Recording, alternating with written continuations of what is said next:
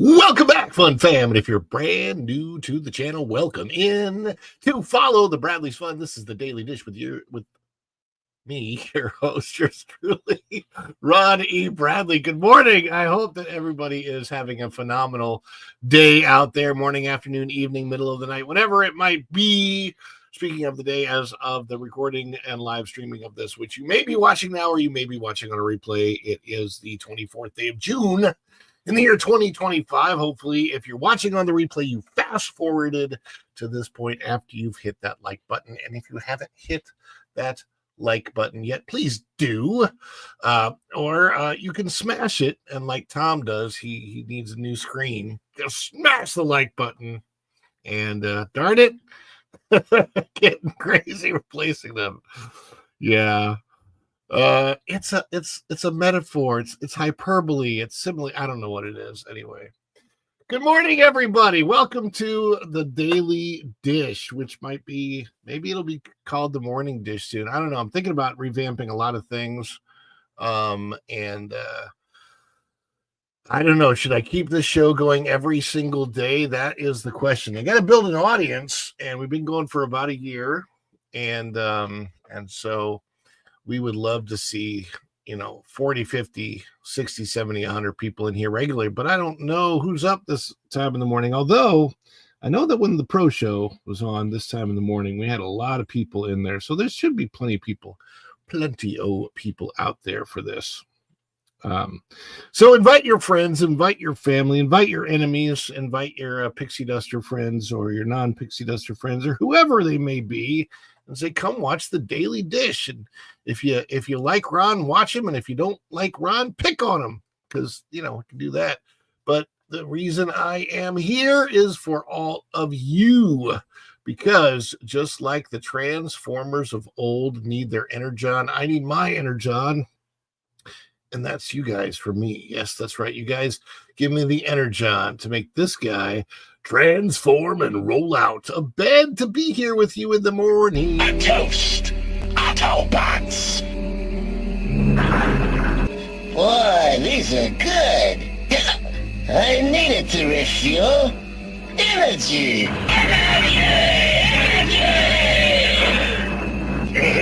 This stuff's the greatest.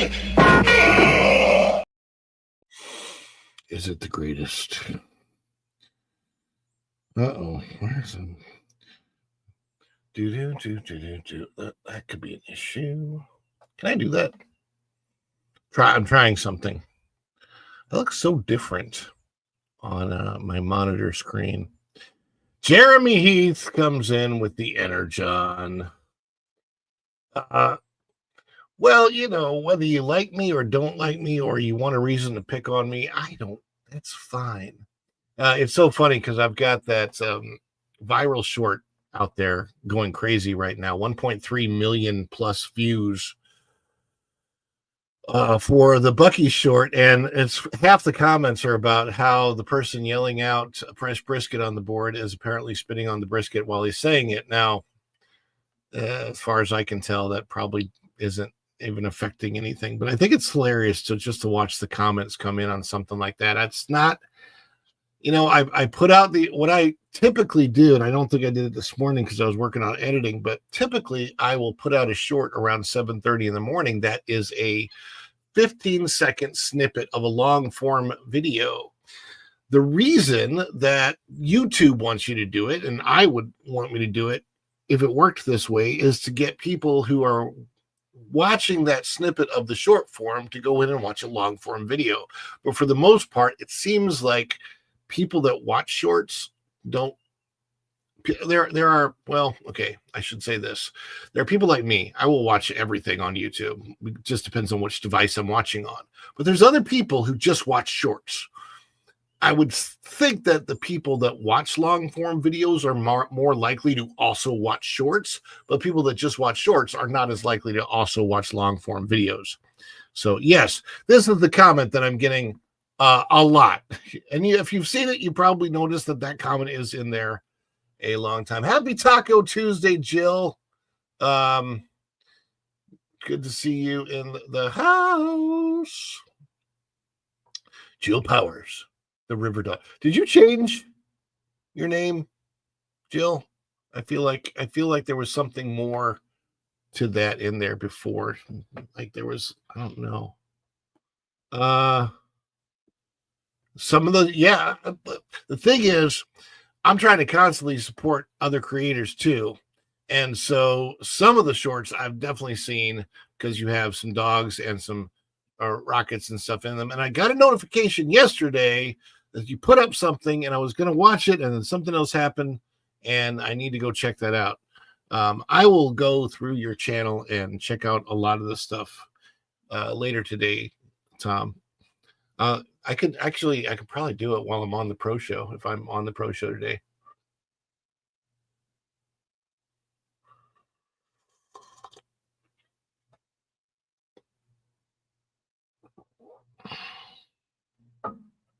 Canadian Family Life has just come in.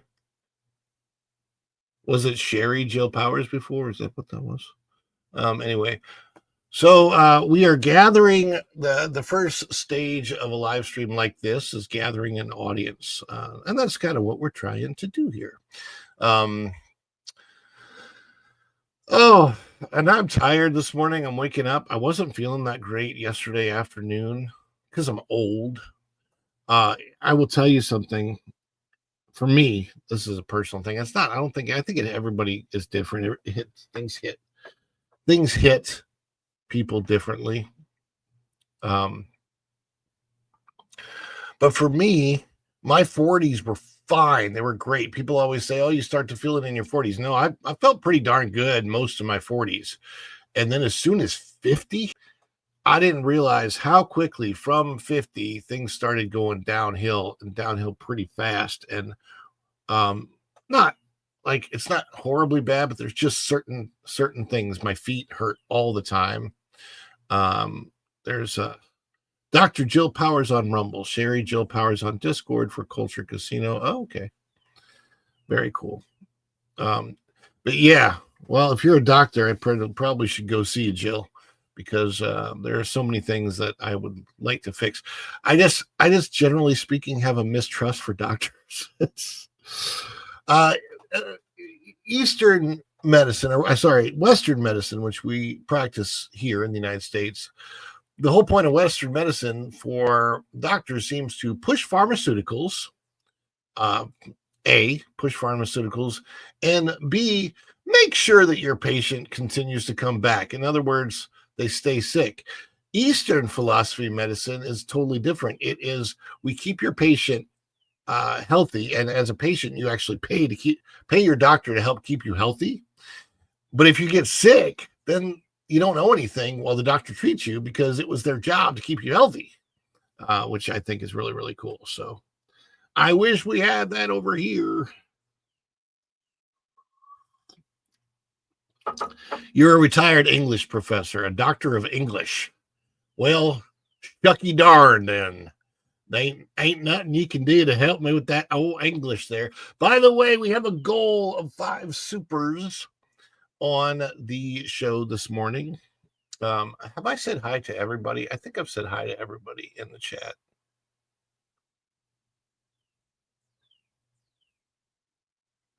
Oh no. Well, that's not good. I'm glad you're still here. My goodness gracious me.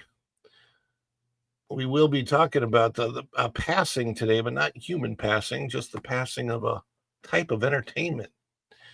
Andy, did I say hi to you yet? I see you out there. Let's say hi to everybody. Go back.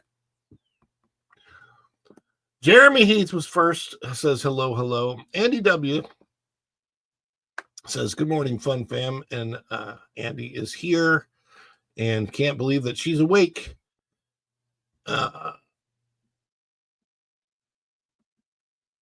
Who did I miss? Tom F came in. Morning, all. Why am I awake right now? Two barking dogs. But up.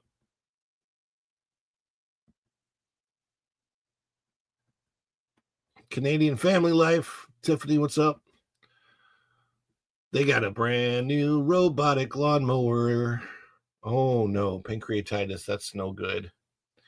That's an area of my body that I hope is okay. Yeah, I hope. Hopes and prayers. It's a tough area to tackle. Anyhow, let us explain for new folks coming in that we have a celebration on the channel. We have multiple celebrations on the channel that we like to do.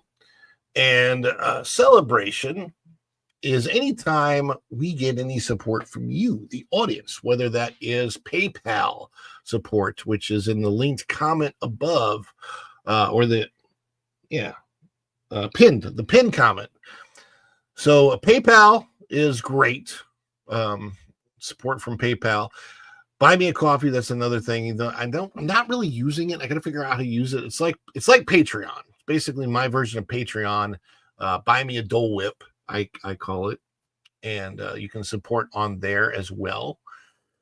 You become a member of the channel, or somebody drops memberships, gifted memberships, or somebody has a member milestone chat, or any super chats. Any of those types of support we like to celebrate. So when we get that, we are going to celebrate. Now, we ask that everybody celebrate with us. So if you're in a chat, put those custom emojis down while we're playing our celebration. If you're a member of the channel, you got custom emojis. And if you're not a member of the channel, there's plenty of dance emojis and fireworks and all kinds of stuff that you can use. So get ready with that, because I'm going to show you a sample of our celebration. You're going to see that right now. Here is what it looks like when we celebrate. Is it too much? Too much? It's a perfect! Oh, this is just the best of my scene.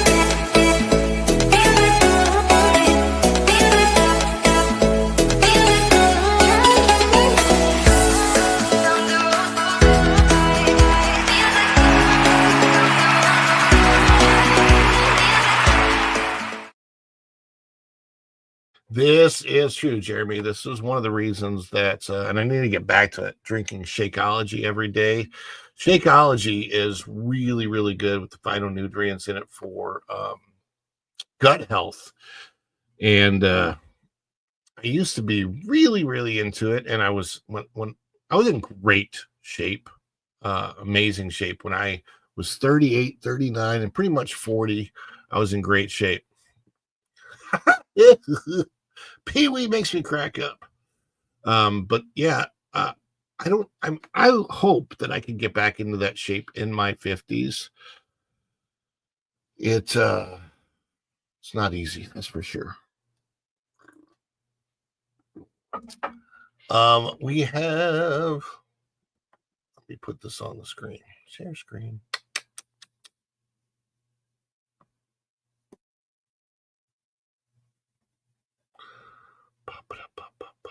Here is our spread shop. And let me tell you what's going on in Follow the Bradley's Fun right now. You have Make a Disney Waltz Again.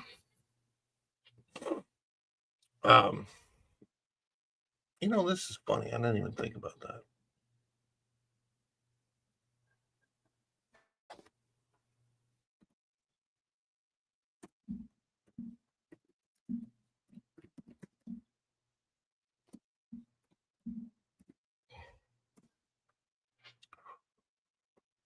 No.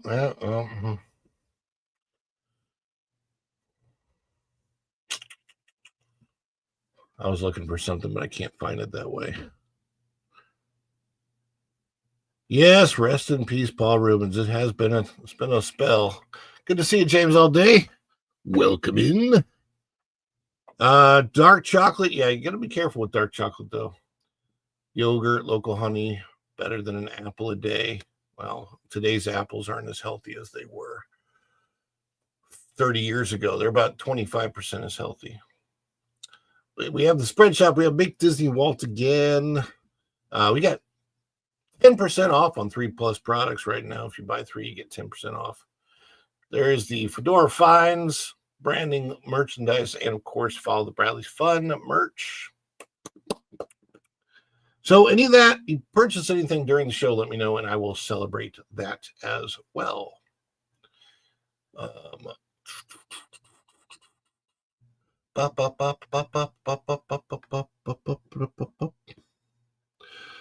Oh, my goodness gracious me. What do you guys want to chat about today? Is there anything that you've seen in entertainment news or theme park news that you want to chat about? Let me know, because we got a casual show because I started really early this morning. Starting early. The reason I'm starting early is because I want to try and see if we can eventually get more and more people coming on board. But I got so many friends that are on the West Coast that makes it a challenge.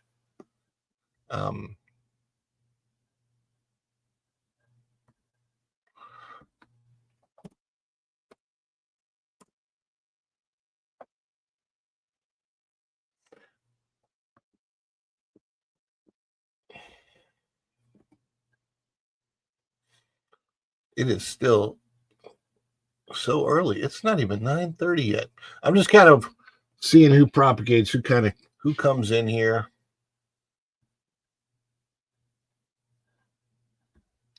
And I'm also looking for something.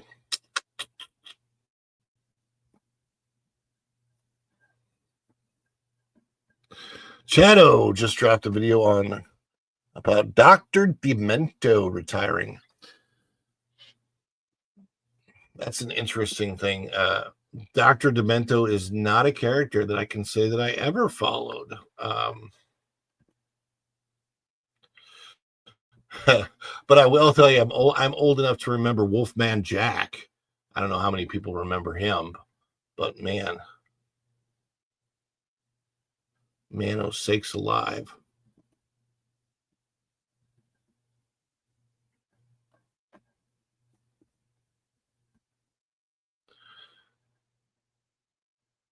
That was Thursday.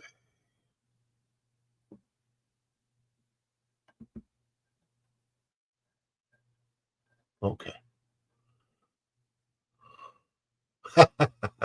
That's funny. Sorry. Oh, let me look. I'm looking at certain things that are interesting.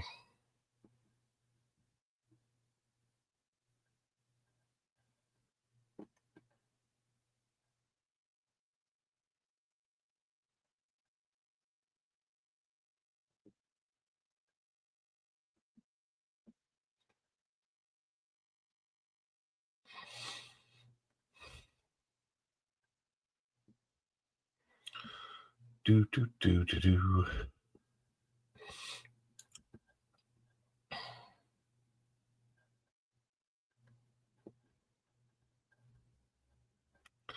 I think this is a VIP article, but I bet I can get it. I can get to it. All right, guys.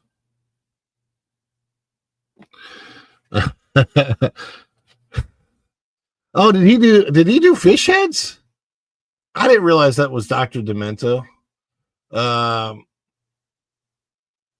Oh, he's retiring. He didn't, so he's like a Weird Al.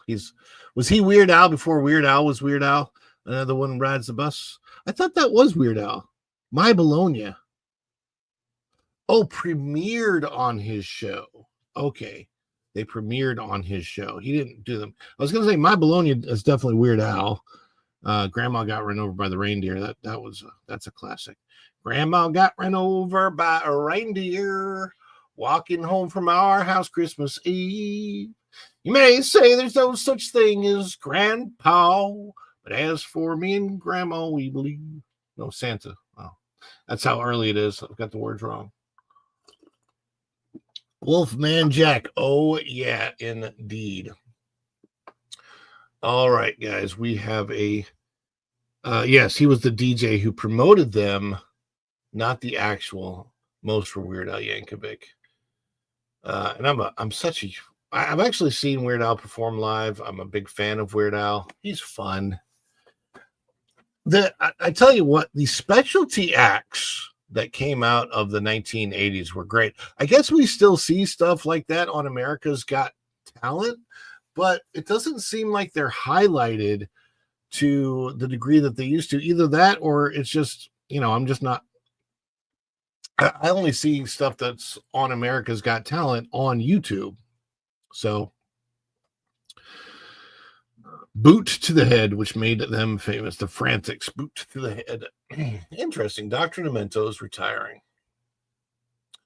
Well, I have one that I'm going to put on the screen right now. Make sure that I've got the right place. Yes, indeed. And this one is about our good friend J.K. Rowling and the new Harry Potter series. So let's see what she's got to say about the new Harry Potter series. J.K. Rowling praises the new Harry Potter's series script as backlash grows from both the left and the right. Now, I will tell you, I have no backlash against J.K. Rowling. I have no backlash against Harry Potter. I don't have a backlash against the HBO series, because I cannot call myself a huge fan of Harry Potter. I am very much a casual fan of Harry Potter. I can watch the movies and enjoy them. Hi, Pam. Good to see you. Hi, Ron and chat. Pam Empson is here. But I don't have skin in the game. People like me are the reason that Marvel and Star Wars can somewhat survive to a degree, for the same reason that Harry Potter can survive with somebody like me. Maybe even Lord of the Rings. I'm not a huge Lord of the Rings fan, but I have watched some of the Lord of the Rings movie. They're long. It's hard for me to watch through them all.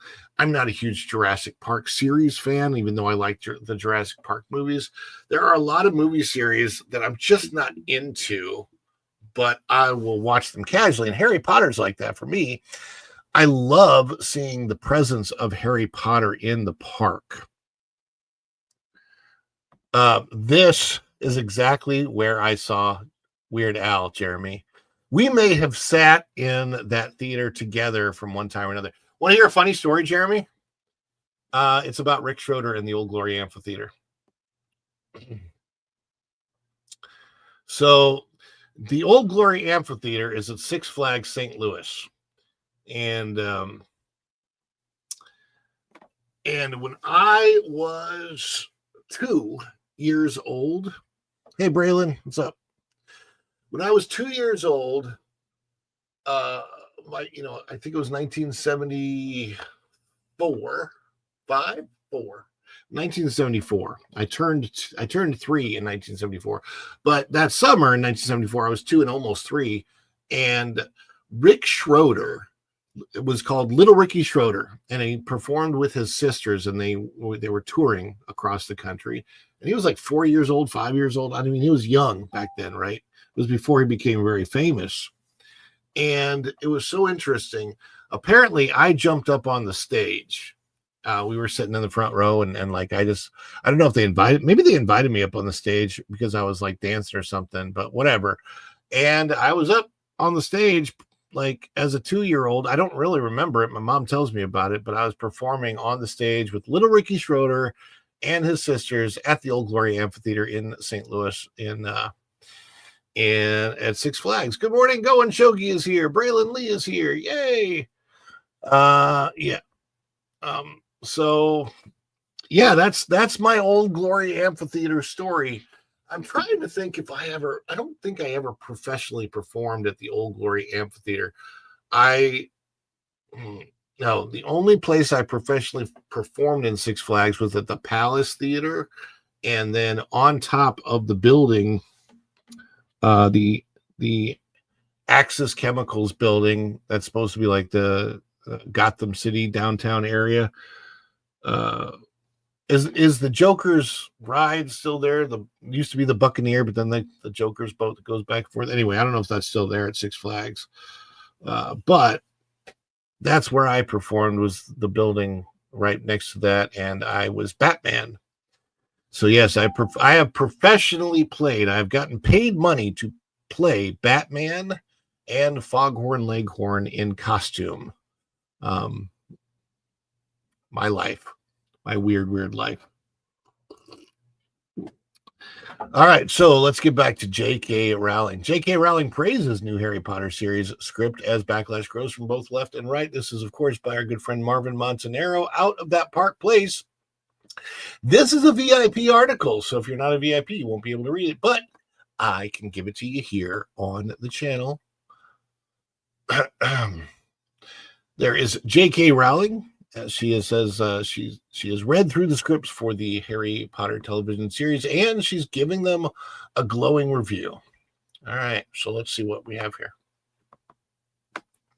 J.K. Rowling has read through the scripts for the new Harry Potter television series. She's giving them a glowing review, as both the left and right bombard the show with criticism from all sides. The author of the original Harry Potter books shared her excitement on social media, writing on June 21st, "I read the first 2 episodes of the forthcoming HBO Harry Potter series, and they are so good," is what she said on X. While Rowling, Rowling clarified that she is not writing the series herself. She noted she has worked very closely with the extremely talented writers. HBO previously confirmed Rowling would serve as an executive producer on the reboot, alongside Francesca Gardner, writer, and Mark Millot, director, both of whom Rowling personally endorsed after reviewing their work and vision for the project.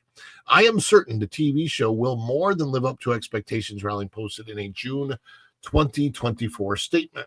The series, which is being developed for release in 2026, has been at the center of controversy since its announcement, drawing criticism from across the political spectrum.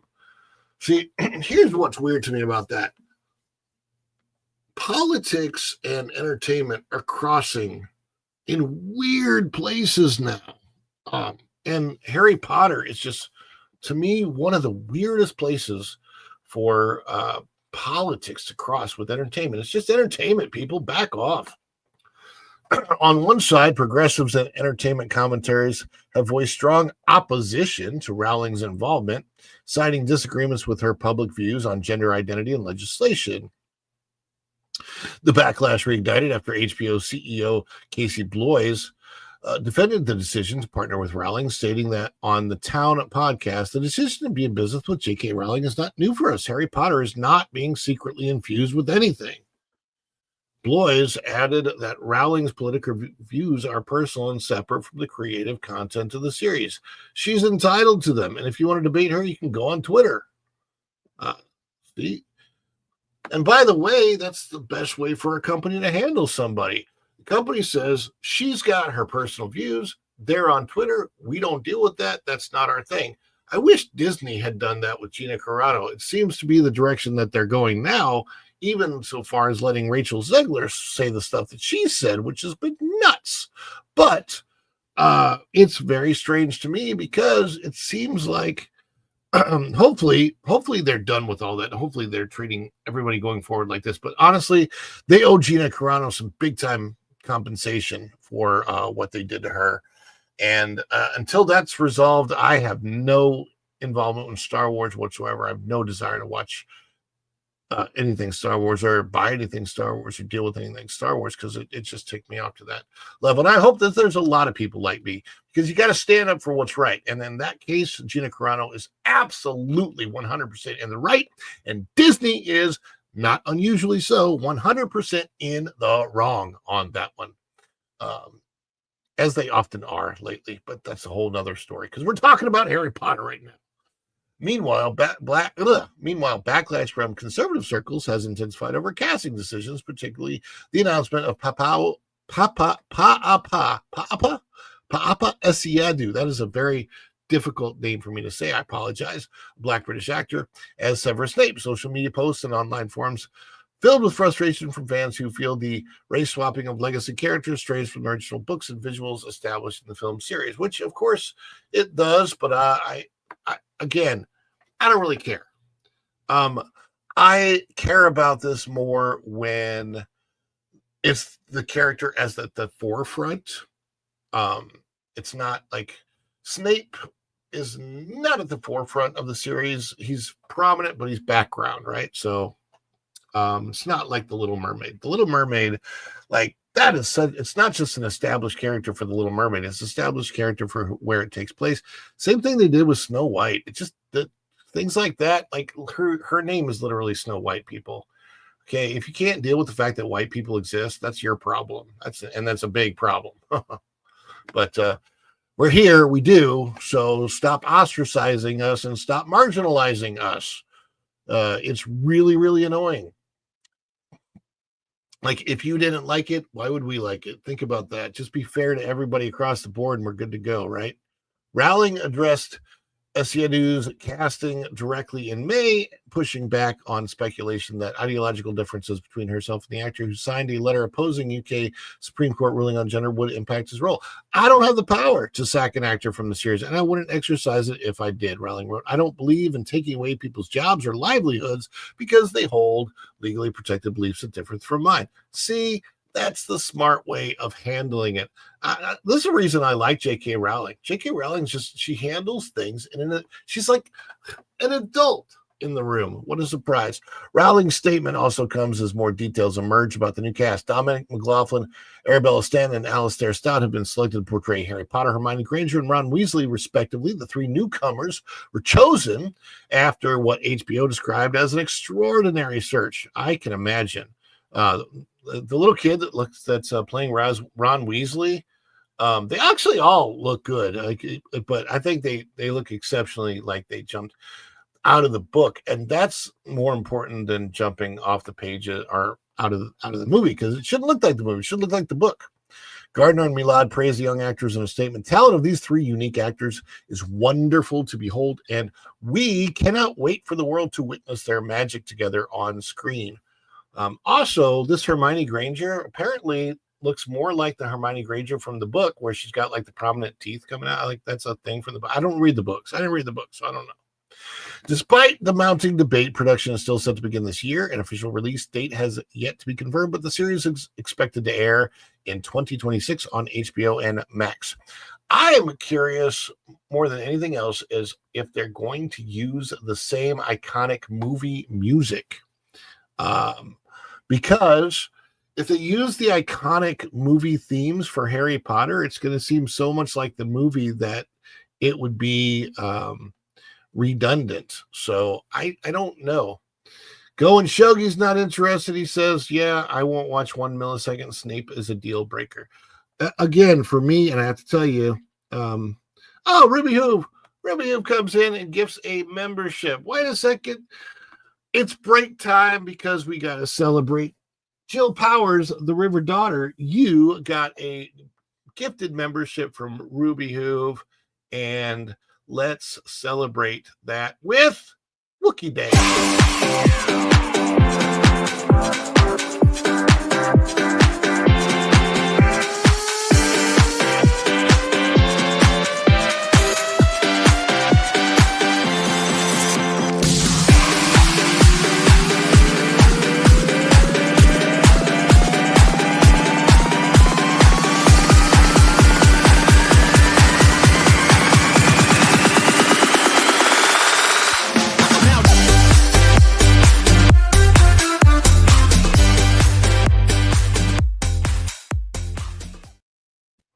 Yeah. Now, whether I watch the new Harry Potter series or not, I have no idea because the casting doesn't matter to me. Like I said before, I am not a huge Harry Potter fan. If it looks like it might be interesting, I will check it out. I have a tendency to find shows that make me feel good and then just rewatch the heck out of those shows in my downtime between editing because I'm working all the time. I got to work, I got to edit, I got to put stuff out, I got to put content out. And so either, and if I have to watch it for the content that I put out, then we'll do that. Hey, Tanner Stanley is here, and hanging with Eric and Raph has come in, and Ruby Hoove is here and gifted the membership. Thank you guys so much. And as far as this is concerned, I'll be honest with you, Go and Shogi. I have not seen the entire first Harry Potter movie series. I've gotten to like 6.5 and kind of just petered out, or 5.5. I can't remember where it was, but I definitely petered out of the series. And I'm watching seriously, you want something that is, I didn't see this one before. Got a Ricky Schroeder autograph picture I bought from Sid's Collectibles at MGM. That's cool. Ricky Schroeder's Rick Schroeder's a good man. He's had his challenges in life, but he's a good man. So yeah, as far as Harry Potter is concerned, look, I like the Harry Potter areas at the theme parks, and it's really interesting to me. It's very difficult for me to like the Star Wars area because I'm not a huge Harry Potter fan, which almost maybe makes that easier for me to like the Harry Potter areas at the theme parks. People that aren't huge Star Wars fans might really, really enjoy the Star Wars area at the theme park because it has nothing to do with Star Wars movies. It's not even in a Star Wars movie. It's so bizarre. But if they're going to do these immersive lands and they're going to, connect it with stuff, it has to all be connected and it has to all work. Grenada reminds me of Powell Hall and the Fox Theaters. Grenada. What's Grenada? You say Granada, and I say Grenada. I'm an abnormality. Never read the books. Never wanted to watch the movies. Popular stuff usually turns me off. Like I said, I've definitely never read the books. She's an adult now, but my former stepdaughter, she loved the books and had the whole series and was really into them in the early 2000s. What is Grenada? It must be something that's in is it Grenada or Granada? I wouldn't know how to pronounce it. It must be something that's in Texas. By the way, our goal for today is 5 super chats. You guys made this happen last Monday. If you make it happen again, that would be great. That is, you get to pick the next place that I go live. So last Monday, I did a super chat goal. It's 99 cents and up. So if you don't have it, don't super chat. But if you have it, great. But here's the deal on the super chats. And I will also do this, even if I don't meet the super chat goal. Let's say that, because the goal is weird. It's a YouTube thing. But if instead I meet it with, let's say, membership. So we have one gifted membership, and let's say there's 4 more members that join or gifted memberships or whatever. I will take either one of those and count it as the goal. YouTube won't, but I will. But if we get that, then I will do it again where I put on the channel a poll and you guys get to pick the next place that I go live. Now, I will eliminate Universal Studios Orlando as the next live, even though I do need to at some point in time do the live for the parade. You guys picked Universal Orlando, and I wanted to do the movie parade there, but right at 10 minutes until 2, they canceled it because of weather. A 90-year-old vaudeville theater. That sounds very cool. So it won't be one of the options on the poll, but you guys will get to pick whether I go to SeaWorld, Disney, Universal, or somewhere else. If we meet the goal of either 5 super chats today, 99 cents and up, or 5 gifted memberships total, or whatever. If we meet the goal, you pick. You are in charge of me. You get to be my boss, if you will. So there we go. We have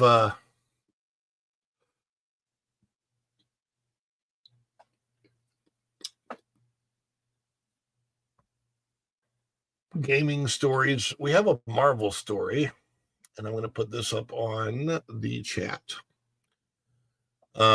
Marvel is a dying brand. Do you guys think Marvel's a dying brand? I think Marvel's a dying brand. I don't think Fantastic Four is going to go well. I really don't. And it seems like they have put a lot of faith in Peepaw Pedro. Did you just meet the goal, Going Shogi? Going Shogi just put up 5. Man, let me see who gets it. Tom F. Tom, you got a membership. Phil Metzger, the Bud Files, Mr. Fulton Mraz, and Tom Hubbard all get a gifted membership from Going Shogi. Boom. Boom. I think for that we have to celebrate. And I will, you know what? I'll put up a poll after the show today of where I'm going to go next time. Let me see here. We have to celebrate. Let's go with Is that everyone? But you wanted more? Let's go with the long celebration for this, shall we? Everybody get your custom emojis ready, and if you're not a member, whatever emojis you want, and let's celebrate. Let's dance.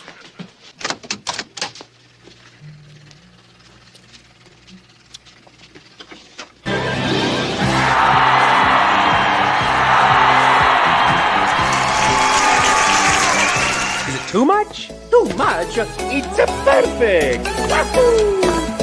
Oh, that's too much. Give me a break. I couldn't be more excited.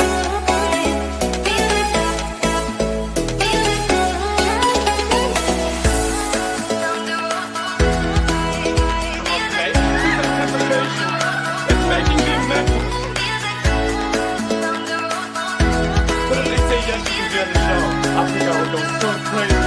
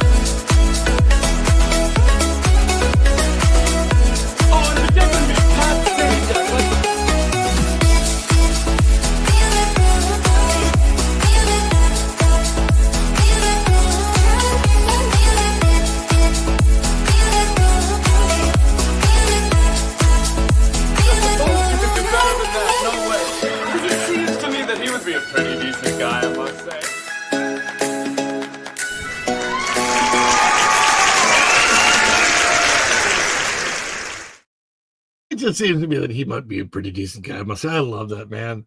Oh my gosh. Martin Short, back in his heyday, was a funny man. Now, he's a little curmudgeon-y, but he's still good. He's still funny. Oh my goodness gracious me. Thank you for that, Going Shogi. And we'll count that as one goal. But I'm going to still keep the goal on the screen because I can't take it down. But if we do have, if we have 5 supers, I will put 2 polls up on the channel and give you guys 2 chances to select where it is that I may be going on the next live stream from a park. Could be during the week, could be on a weekend. Another thing that I'm wanting to do is create a show Monday nights at 8 o'clock. It looks like that is the time slot I'll be able to do it when I can do it, when I'm awake enough to do it. It might start next Monday. Look out for that. And it would be an evening show, but I got to get a lot more panelists to come aboard. So, yes, indeed. And let me get this on the screen. So, yeah, I think Marvel's a dying brand, guys. I don't know what you think, but I don't have a lot of faith in the new Fantastic Four movie. I can't stand Pedro Pascal, and he's getting worse as time goes by. Don't worry, no summer sizzle here. We are a summer sizzle free zone. Just so you guys know. But yeah, he's out there. He exists. It's no fun, and he's definitely not the right guy to lead Marvel forward. Remember when Brie Larson was going to be at the forefront, and she was supposed to be the leader of the Avengers going forward? boy, did that blow up in their face. Hey, what's up, Magic Adventures? Mike is in the house. Good to see you. And yeah, so Brie Larson blew up. Like, think about the actors that have been really problematic. It's like the reverse RDJ, which is hilarious because RDJ was a problematic actor that got his life together and then became a good guy and was Iron Man and then did awesome, right? Cherry popsicle. Oh, we are a sizzle-free zone extreme meme. Yeah, so Marvel will be a series of hit and miss one-offs. There's no chance it gets back to being the cinematic universe like it was. Not with the current leadership, not with the current writing. It's so funny. So Brie Larson was going to be their big thing, and then Jonathan Majors was going to be their big thing, and their actors just can't find somebody. So then they bring RDJ back, but now that's just so convoluted. Pedro Pascal, they probably thought was going to be a big thing, but that's not looking good either. I am telling you, Jonathan Joss. What is Jonathan Joss? I don't know.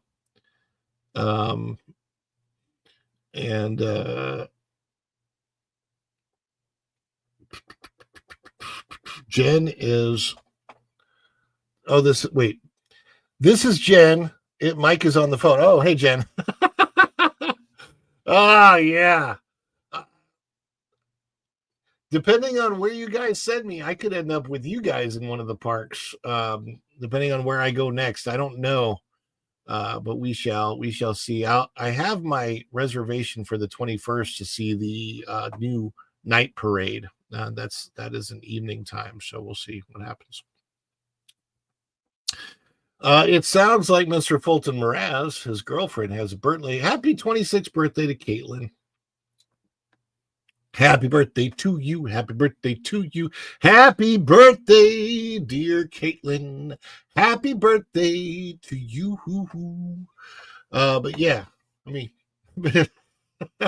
I'm glad lots of people are coming in the chat. Happy to chat with you guys as much as I can, but let's get this story on the screen about Marvel.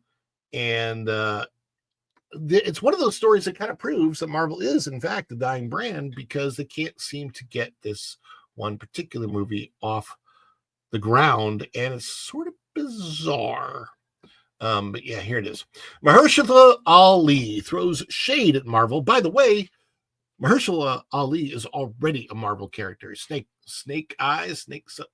I don't remember. He was some snake-like character in Luke Cage. I don't remember his name. Oh no. Oh, that's very sad. I didn't realize that. Well, very. Oh man, don't tell me that stuff. Put me in a yucky mood. I want to be in a good mood. Sorry to hear that, though. Like, my condolences and prayers definitely go out to the family. But here, let's get the story up. Mahershala Ali throws shade at Marvel as the Blade movie remains in limbo. This is by Marvin the Movie Monster Montanero, June 24th. It's been 6 years. It's been 84 years. Remember that? Okay.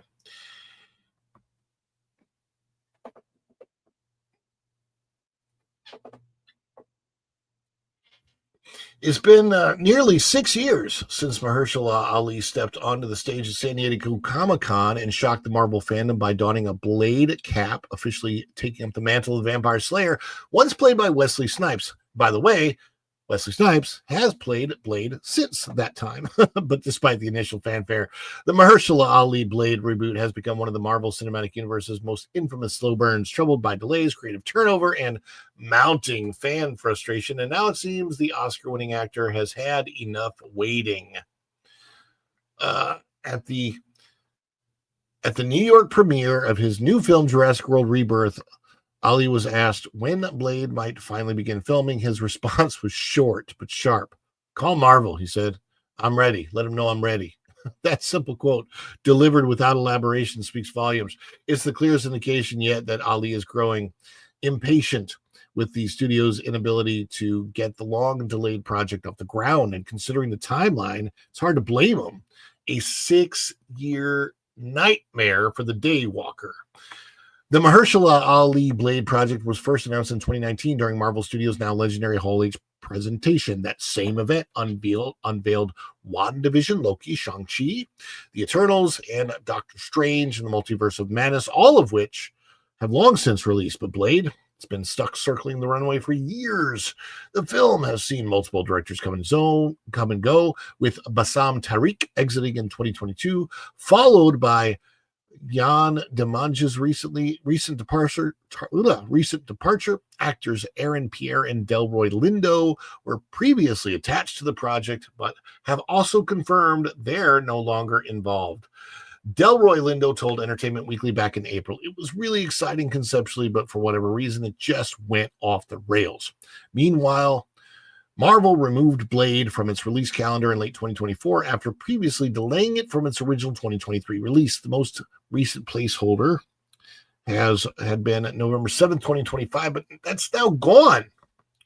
So subtle rebuke from Ali. Ali's brief remark feels like a quiet but deliberate shot across the bow rather than offer platitudes or studio-approved optimism. He cut straight to the point. He's ready. Marvel isn't. It's the kind of public statement that carries weight, coming from a two-time Academy Award winner and someone who joined this franchise with great excitement. There it is, Cottonmouth. That's the snake that he was. So he's actually in the MCU already as Cottonmouth, which is ironic because Luke Cage and all of Daredevil lore is now part of the MCU, which means he's part of the MCU as Cottonmouth. But there's several actors who have actually played more than one character in the MCU. I guess there's so few actors in the world that you have to hire some twice.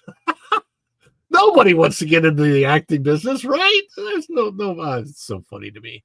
His last major comment on the project was in December 2023 when he told the media he was really encouraged with the direction now, more than a year and a half later, and that enthusiasm has faded into firm, almost impatient clarity, while Marvel Studios head Kevin Feige continues to insist the project is moving forward, saying at D23 Brazil they love the character and remain committed to Ali's portrayal. Those words are beginning to ring hollow. The actor has kept his side of the bargain. The studio hasn't. Will Blade ever rise? With Marvel Studios retooling its entire cinematic roadmap under increasing pressure from Disney leadership and struggling audience engagement, Blade's future remains as murky as ever. But if there's one thing that's crystal clear now, it's Mahershala Ali is ready to go. It's Marvel that's running late. Do you think we'll ever see Mahershala Ali as Blade? Well, according to Wesley Snipes in Daredevil and Wolverine, Deadpool and Wolverine. Daredevil and Wolverine would be interesting, though, wouldn't it? Yeah, according to Wesley Snipes, he's the one and only Blade, and there's never, ever going to be any other Blade. Which was one of my favorite lines, by the way, from Deadpool and Wolverine. What do you guys think in the chat? I don't know. It's an interesting story. It's one that I'm not tremendously invested in. I've never been a Blade fan. Are you guys Blade fans? How many Blade fans do we have in the chat right now?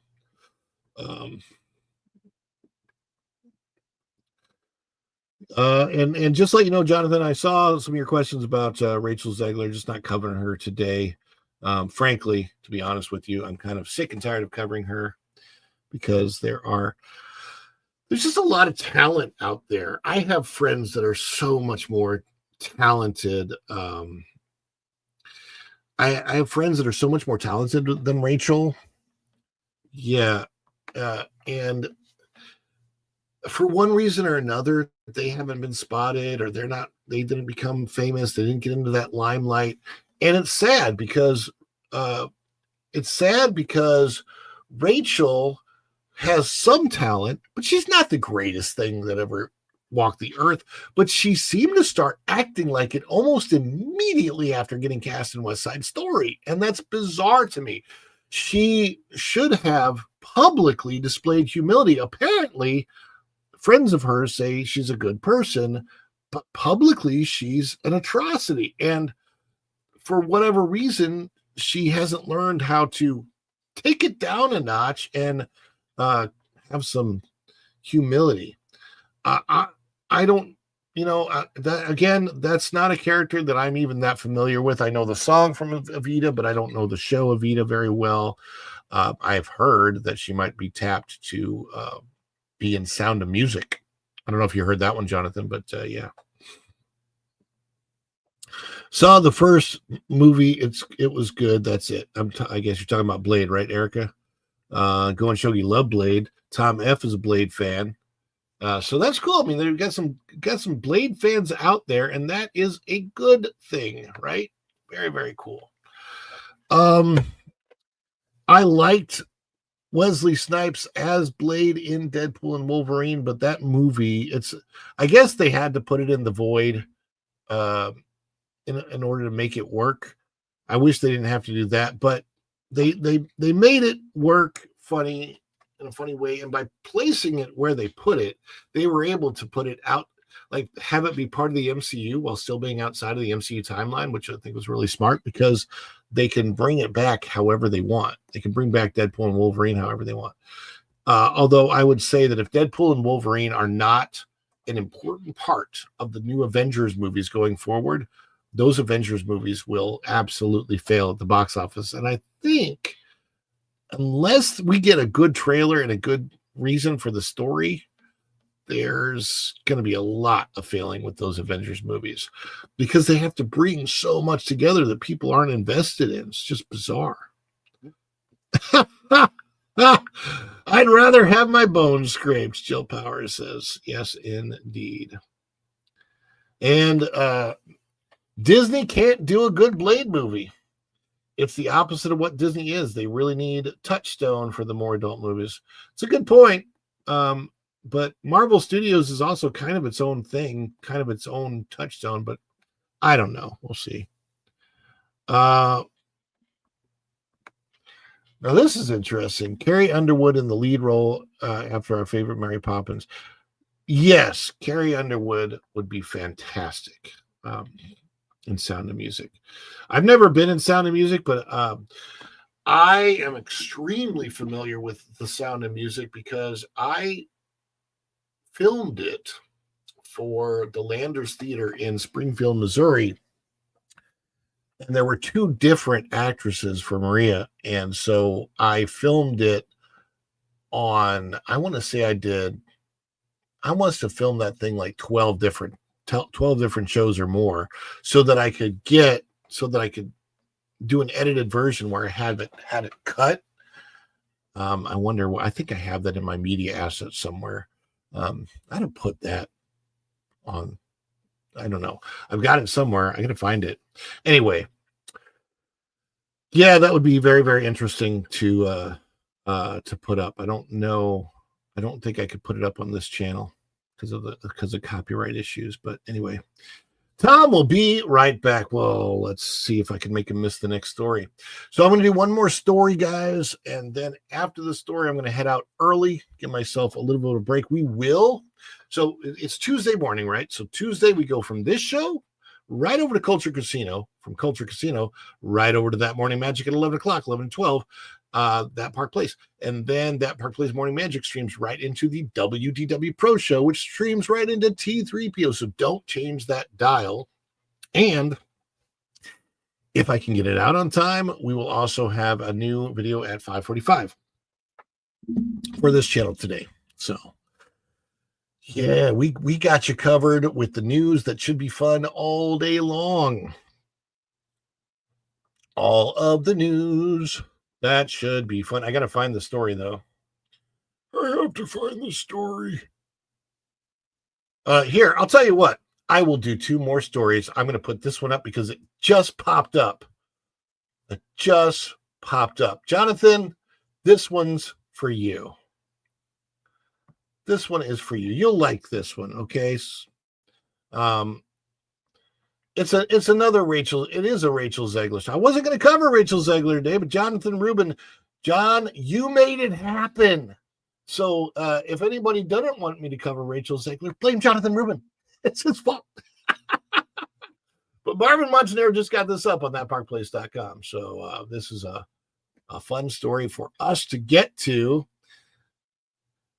Rachel Zegler is apparently not in Hollywood anymore. She's left Hollywood for the stage, left the screen for the stage, and apparently it was her choice. That's what she's claiming anyway. And we read about it here in this story out of thatparkplace.com. Let me get it on the screen for you. Bookmark it if you haven't bookmarked it yet, thatparkplace.com. This is by our good friend Marvin Montanaro. Rachel Zegler claims leaving Hollywood was her choice after Snow White flop. Flippity flop, floppity flip. I wonder if it was her choice. There she is as the titular Snow White in Snow White, who is named after a weather pattern, apparently. Rachel Zegler is claiming she made the decision to leave Hollywood and return to the theater after the disastrous Snow White. Rachel Zegler is back in the spotlight, but not the one she used to chase. Oh, no. There she is chasing, animals.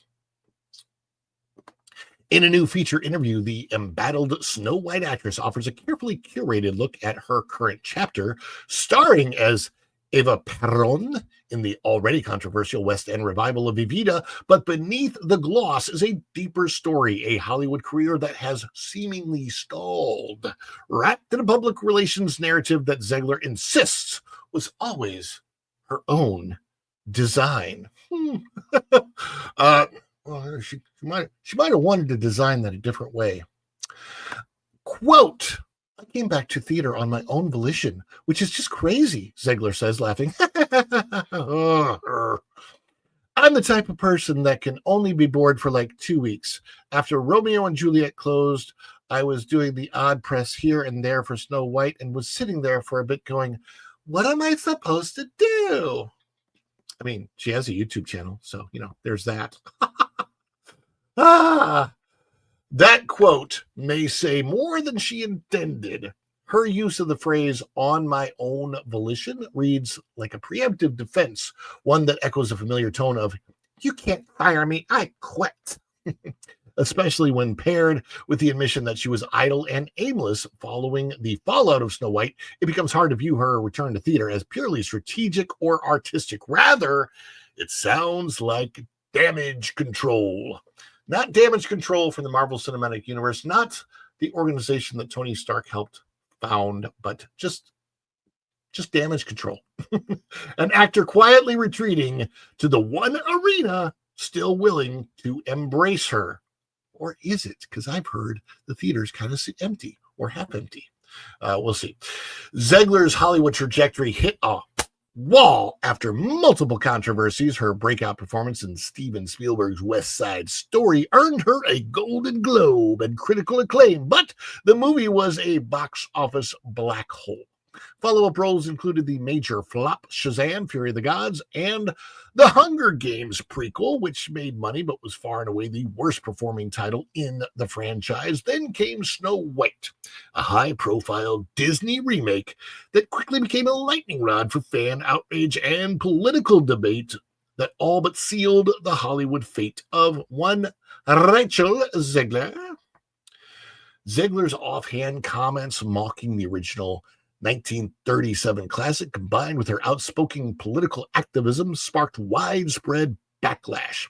The final blow came in the form of a now infamous post on X that was promoting the Snow White trailer. And always remember, free that state in the Middle East, she said.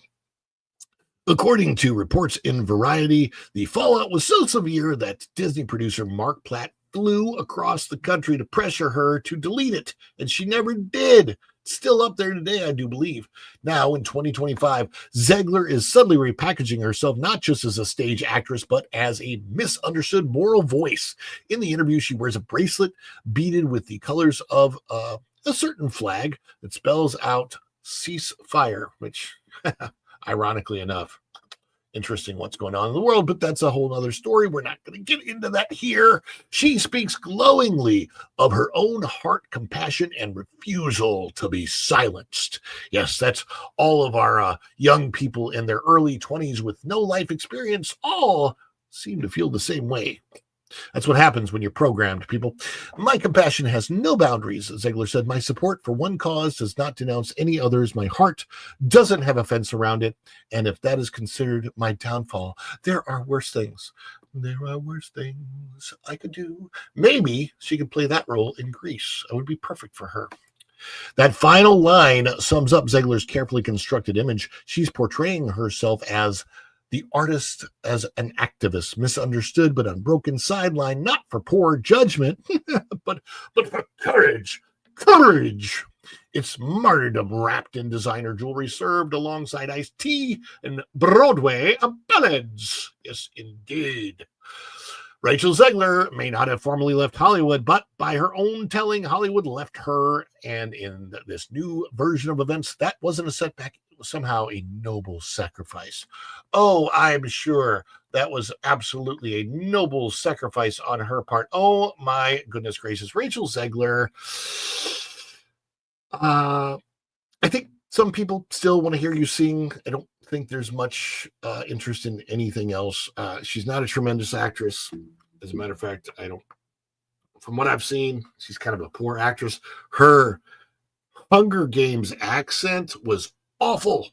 If you've seen it, it was a tragedy, that Hunger Games accent thing. She's just not good. She's just not great. Anyway, like, I have my personal opinions about Rachel. Love her, don't love her, whatever. I hope that she hones her talent, but I also hope that she has a wake-up call to the realities of the world and maybe gains some wisdom, because I think Hollywood could potentially forgive her, but she needs a 5, maybe a 10-year break, and then with a douse of humility could potentially come back. I don't know. What do you think? I would love to know. Let me get your thoughts on this one down below. Will Rachel Ziegler ever come back to Hollywood? Will she be stuck to doing the stage, and not even on Broadway, but in another country? By the way, she's not even in the United States. What do you think? Where's she going to go? Where's she going to go next? I think she becomes a singing waitress somewhere. But I need to know your thoughts. What do you think? Put those thoughts in the comments. Let me know down below in the comments below before you go out the door today. Thank you for coming in and checking this one out today. Yes, Kaladin 910 is coming in the house. Let's see. Right? A singing waitress. The reason I say that is because I have friends who are singing waitresses and waiters that have so much more talent than Rachel Ziegler. They have more talent in their pinky finger than Ziegler has in her entire body. I have lots of friends that are singers and such. Kaladin 910, my day is going okay so far. Please tap that like button, subscribe to follow the Bradley's Fun. Hey, I appreciate that. Hey, you know what? Since you're here, let's put this one on the screen real quick. Since we didn't have you here earlier today, go and Shogi, put the link for the shop up.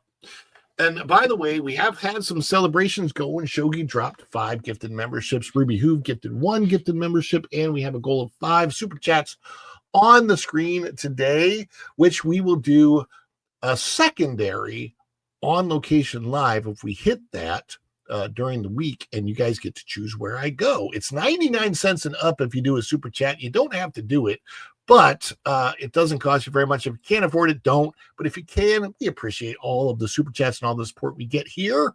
And there it is. Check out the Sharp merch and follow the Bradley Fun Store. There it is, the spread shop. I've never been a singing waiter per se, but I have been a waiter who has sung for my tables. And then Jill says, I had a singing waitress once at a restaurant. It was when my husband first proposed to me. Oh, wow. All right, never miss the news. Make sure you like and subscribe. We appreciate that, Magic Adventures. Oh, Magic Adventures. Are you sad that the Rivers of America is going away? I don't think I'd be if Disney announced today that they had new plans for Rivers of America, I would say I was I said you were a waiter, waitress, whatever. I would be so happy.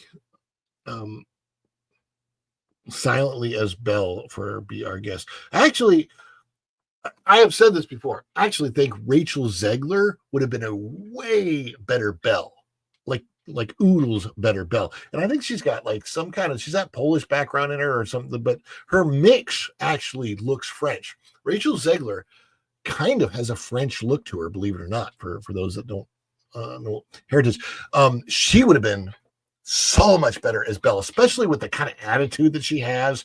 Belle is like that kind of a person. Like she's like, it's just Rachel is so wrong for Snow White. She would have been perfect for Belle. And God, the miscasting there was horrible. I wish that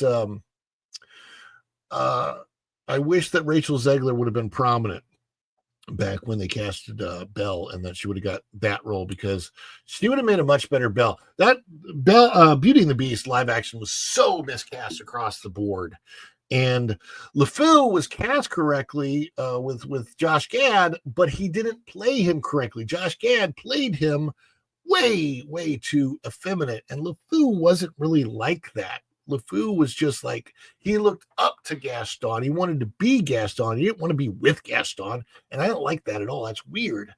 Weird.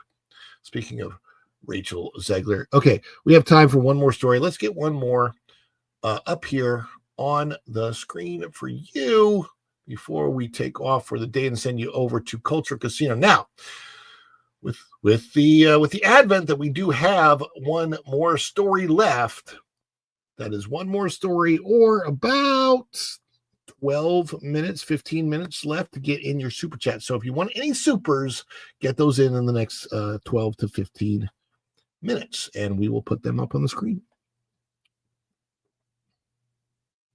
yeah, I know. Exactly. LeFou was a dork, not a love interest. Yes, so weird that the live action Beauty and the Beast. I can't believe it made money. It was so horrible. Just it just why? Yes, indeed. Membership has its perks. A lot of times, I'm releasing my videos early to members, like I did on Sundays. Sunday. Let me see here. Let me find this. Is it in this one? All right, there it is. Well, this was the headline story of the day.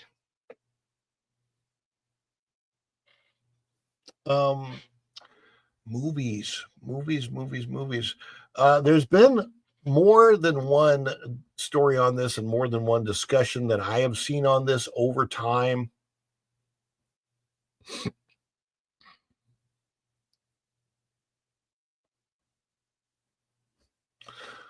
And it is. Do you guys go out there in the chat? Do you still go to the movie theaters? Do you still go see movies out and about? I mean, if we're being honest, like there are so many ways to get around having to go to the movie theater, even for a brand new movie that is out. There are apps on the phone that can pick up stuff that you technically you shouldn't be seeing, not because it's bad to see, but because it's it's like not out for home viewing yet. But they're out there everywhere, and it's it's not like we still love taking. Like my family, my son loves to go to the movies. Like my 12-year-old, he loves going to the movie theater, but it's expensive, right? So so we're going to talk about this. Family night at the movie theater, or the Friday night date, or hey, I'm just hanging out on a Tuesday afternoon and I want to go to the movie theater by myself, see something solo. All things that we maybe have done. I've done different times of my life. Perhaps you have. The movie theater has been a staple, at least here in the United States, maybe around the world, for over 100 years. Like, it's what we do. It's like one of our cultural phenomenon things. We go out and we go see a movie on the big screen, get some popcorn, enjoy it. But lately, boy, it's become less of a convenience and a huge expense. Used to be you could take a family of 4 to the movies and spend $25 and get popcorn and sodas. Lately, you do that same thing and it's at least $100. Well, that is a tough deal for movie theaters. And some people out there, industry analysts, are predicting the downfall and perhaps the final nail in the coffin for movie theaters across the nation, perhaps even across the world. They're saying that the movie theaters, at least the way we know of the movie-going experience now, ain't going to last even 2 more decades. Let's get this story on the screen. This is out of thatparkplace.com. Bookmark it if you haven't done so yet. Click the little, go over here, thatparkplace.com. Bookmark it. It's for all the news that should be fun. Yes, here it is out of thatparkplace.com by our good friend Marvin Montanaro. Industry insiders believe the movie theater industry has less than 20 years left. That's not even 2 decades. Oh my goodness. And there's a picture of our local AMC movie theater at Disney Springs. That's their dine-in theaters. I have been there on many occasion. A sobering new survey is sending shockwaves through the movie theater industry, as over half of exhibition executives are now believe the traditional cinema experience may not survive beyond the next 2 decades. The survey, conducted by analyst and author Stephen Follows in partnership with exhibitor-focused outlet Screen Dollars, polled 246 U.S.-based film industry professionals across exhibition, production, sales, and distribution sectors.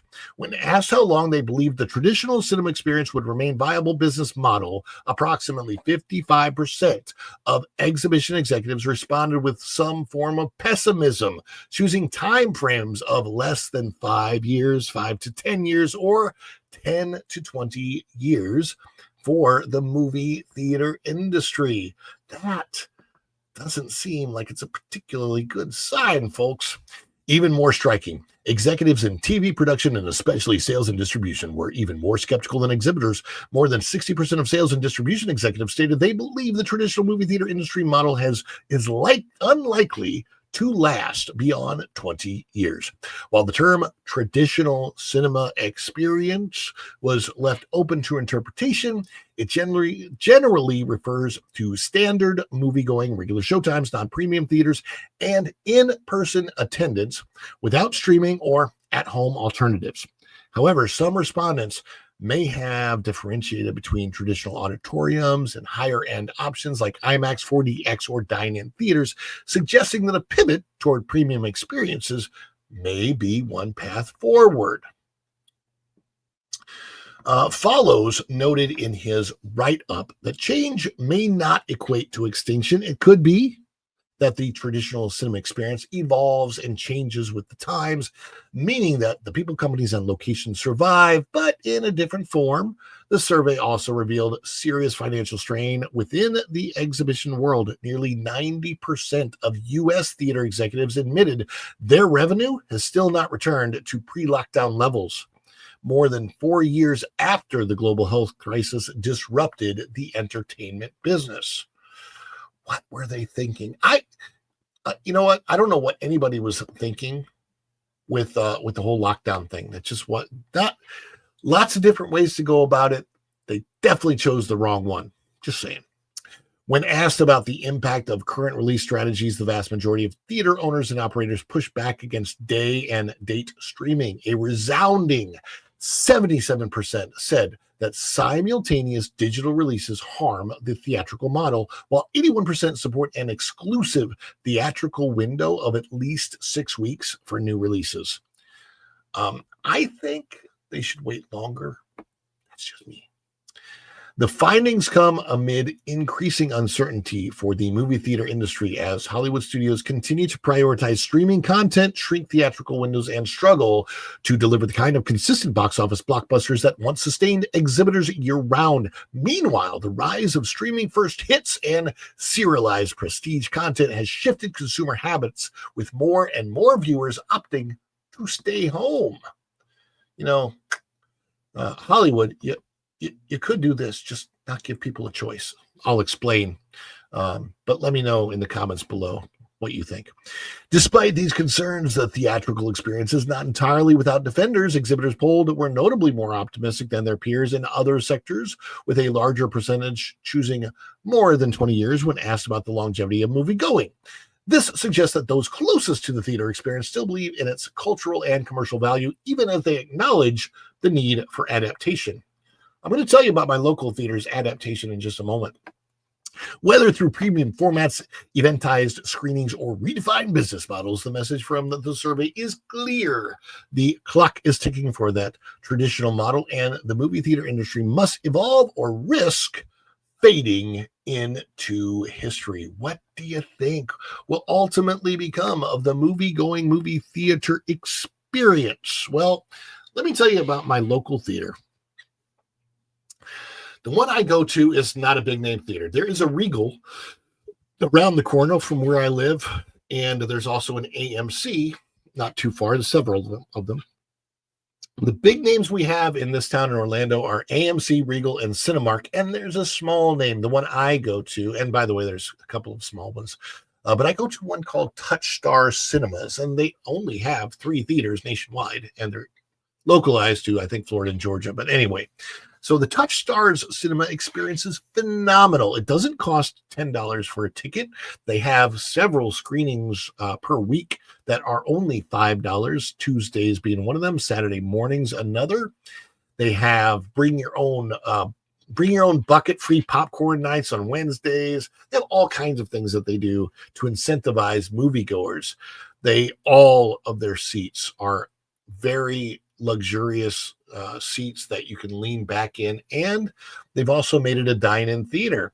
There's small tables, the ones that fold over, like they fold up, and you got a table right there, and so you've got that, right? The little small table things. Okay, so they've got the small little tables that fold up. Well, when you fold those tables up, they also have a QR code, and you can literally order from your seat. You can scan the QR code, and what is all of that?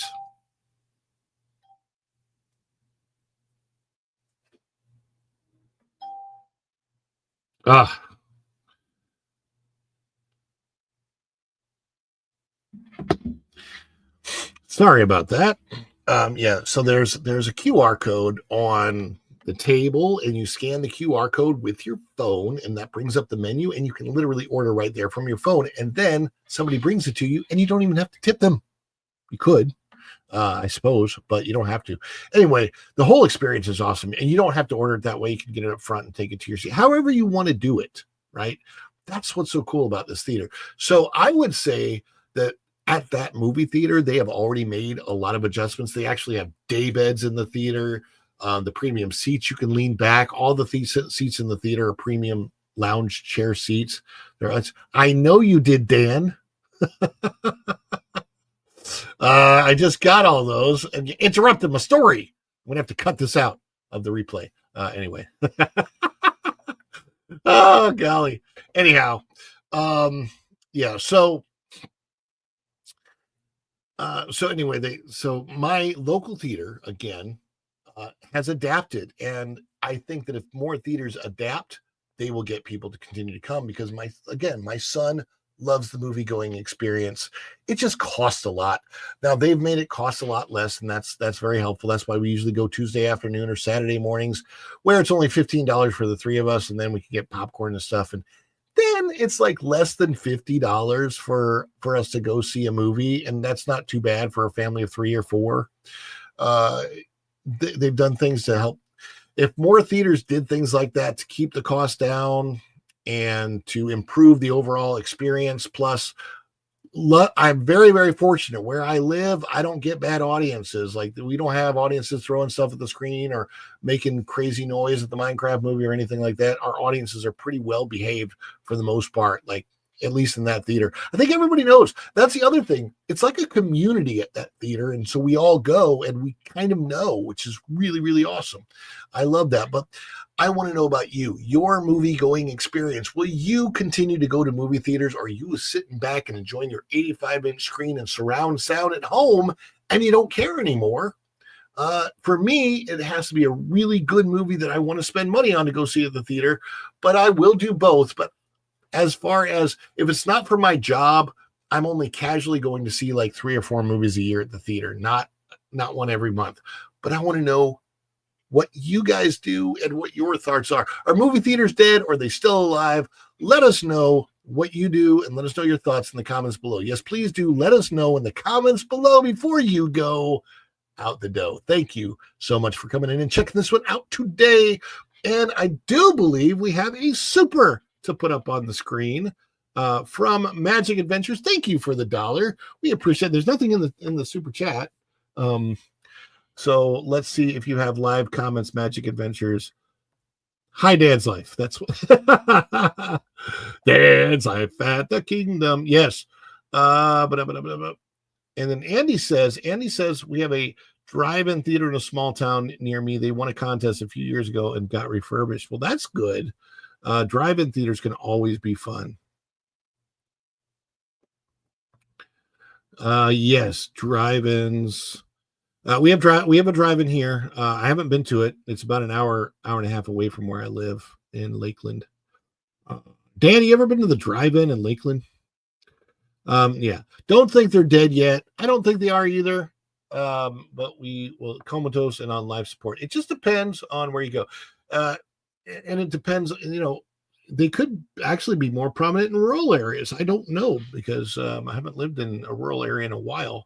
But yeah, anyhow, thank you so much for the support, Magic Adventures. We absolutely appreciate that. I know you were trying to help us get toward the goal, but that's okay. We met one goal today with Go and Shogi's 5 gifted memberships, and also Ruby Hooves 1 gifted membership, and we appreciate every little bit of support. Literally all of it helps. You guys know we appreciate you so much. Drive-in's not a thing in Germany. That's interesting. And then Shogi says, I don't have patience for it. Well, you live in California, dude. Your movie theater is like, I can't even imagine the people going there. I don't want to sit there for 3.5 hours. Yeah. I can imagine in different areas of the country, the movie theater going experience has got to be different as well. So, but I do want to celebrate Magic Adventures, Go and Shogi, Ruby Hoove. I want to celebrate all of your support before we take off here, and we will celebrate with our good friend, the Culture Bear.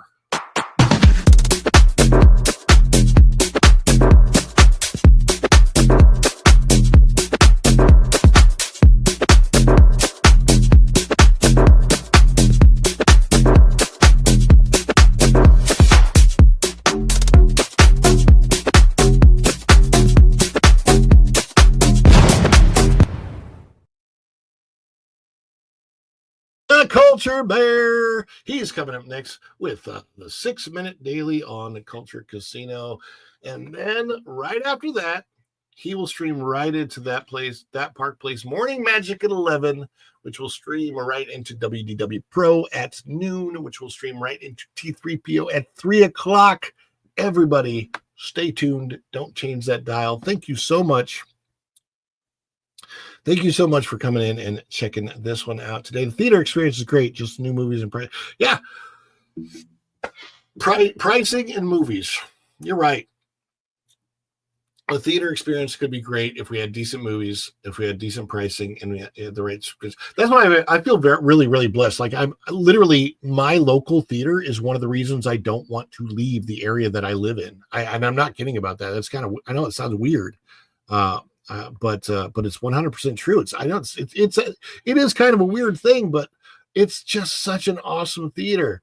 And maybe one day I'll do a local meetup and we all go to a movie together at that theater. That would be very, very cool. So thank you guys so much for watching today and for all of the support from Ruby Hoove and Go and Shogi and Magic Adventures, Mike and Jen, or just Jen, I don't know, whoever's there today. Appreciate you all so much. And we should have, I might even have another video out on the channel today at 5:45. Just look for it and see if I have time to edit it. I'm going to give myself about an hour and a half to finish editing, get that thing up. And until next time, we will, in fact, see you. Wait, first I'm going to play Summer Sizzle. You guys want Summer Sizzle before we go, right? Summer Sizzle? No, God! No, God, please, no! No! No! No! No Summer Sizzle?